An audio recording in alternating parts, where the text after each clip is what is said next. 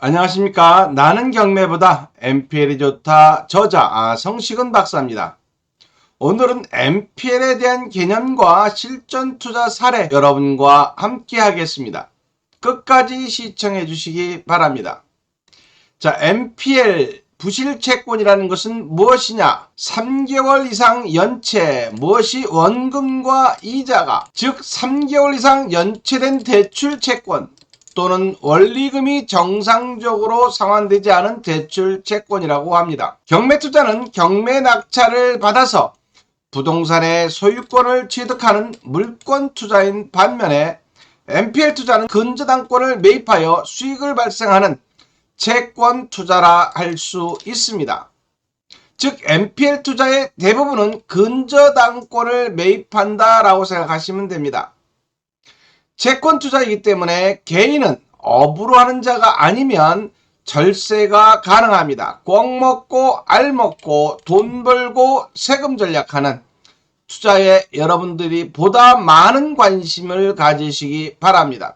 즉 MPL 투자야말로 새로운 블루오션 시장이 형성되고 있다라고 할 수 있습니다. 자, 그러면 MPL 투자의 다양한 명칭에 대해서 살펴보도록 하겠습니다. MPL 부실채권 사전적 의미는 MPL 즉 Non-Performing Loan이라고 말할 수 있고, 그 뜻을 해석하자면 무수의 여신이라고 말할 수 있습니다. 그러면 은행에 가서 MPL 한다 라고 표현하면 알아들을까요? 저축은행이나 신협, 새마을금고에서는 알아들을 수 있겠지만 국민은행이나 일금융권에 가서는 뭐라고 표현해야 되냐? 고정이야 여신, 즉 경매에 넘어간 연체대출 채권이라고 표현을 하셔야 여러분들이 상담이 가능할 수 있습니다. 법원에서는 MPL 하면 또 못 알아듣습니다. 뭐라고 표현해요? 근저당권부 채권이라고 표현해야 법원 판사님들이 알아들을 수 있습니다. 즉 MPL 투자의 대부분은 근저당권부 채권 투자, 채권에 투자를 한다라고 표현할 수 있고, 다시 말하자면 근저당권을 매입하여 수익을 발생한다 라고 말할 수 있습니다. 자, 그러면 MPL 투자의 흐름도를 살펴볼까요? 대부분의 경매 물건은 MPL 물건입니다. 대출을 해주면 우리는 GPL 정상채권으로 분류를 하고, 이자가 3개월에 연체하면 금융기관에서는 채권을 회수하기 위해서 경매를 넣습니다. GPL, MPL, 경매는 한 몸체다라고 보실 수 있고, 경매가 진행하는 물건 중에서 아파트나 상가, 토지, 공장 등의 여러분이 관심 있는 물건을 선정하신 이후에 MPL 물건에 대한 투자 분석을 하시기 바랍니다. 유입투자 물건인지 배당투자 물건인지 판단하시고, 이때 우리는 무엇을 분석하느냐? 경매 낙찰 예상 가격과 예상 배당표 분석이 끝났다면 매입 협상을 합니다. 근저당권을 가지고 있는 은행이나 은행에서 MPL 채권을 매입한 유동화이사하고 협상하시고, 그러한 협상이 어느 정도 이루어졌다면 우리는 매입 금액의 90%, 근저당권부 질권을 대출을 받기 위해서 저축은행이나 캐피탈, B2P 등 질권대출 은행하고 상담을 하시기 바랍니다. 상담이 끝났다면 MPL을 가지고 있는 은행이나 유동화이사에 협상하시기 바랍니다.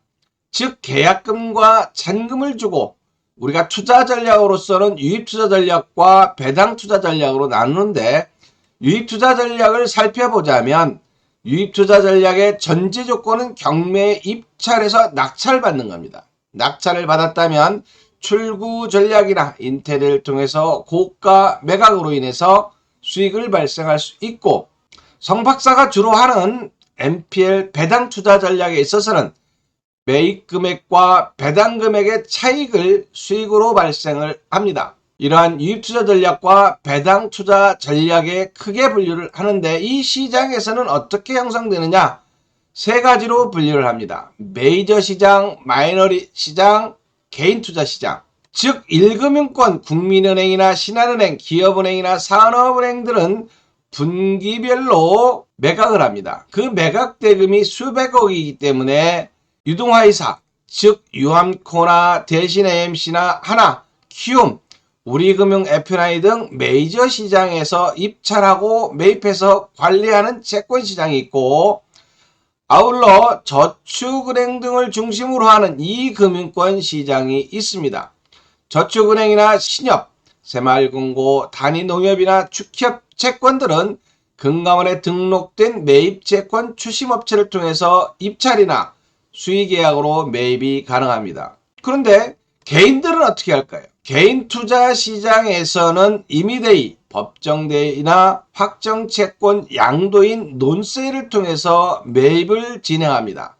이때 이해관계인의 협조가 대부분 필요한 물건들이 대부분이다. 즉 NPL 시장은 1금융권을 중심으로 한 메이저 시장, 2금융권을 중심으로 한 마이너리스크 시장, 개인들이 투자하는 개인 투자 시장 3단계로 분류할 수 있습니다. 자, 그러면 사례를 살펴보도록 하겠습니다. 본 사례는 유입투자 사례입니다. 서초동에 있는 상가로서 임차금이나 매매 금액을 확인한 일반 투자자의 입찰가는 6천만 원입니다. 하지만 NPL을 활용한 입찰자는 1억 6천에 입찰했습니다. 6천과 1억 6천, 즉 경매는 1등만이 존재하는 게임에서 절대 반지를 활용할 수 있는 방법 중에 하나는 채권 최고액이 1억 6천이고 본 물건이 배당기일 날 채무자로부터 받을 수 있는 채권 금액이 1억 6천이었을 때 1억 6천에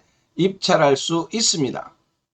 왜 이렇게 고가 낙찰을 받았을까요? 그 이유 중에 하나는 무조건이야 내가 입찰을 통해서 수익을 발생하려는 목적이 첫 번째고, 두 번째는 팔았을 때 양도소득세를 절세할 수 있고, 세 번째는 은행의 담보대출을 많이 받을 수 있는 다양한 혜택이 있습니다. 자, 유입투자 전략 두 번째 사례를 살펴보도록 하겠습니다. 김해에 있는 공장 사례입니다.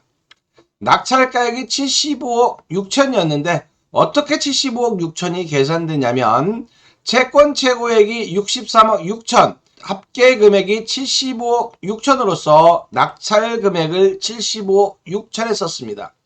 본 물건에서 고가를 쓴 이유 중에 하나는 금융권으로부터 대출을 많이 받을 수 있고, 아울러서 팔았을 때 양도세를 절세할 수 있는 다양한 혜택들이 있습니다.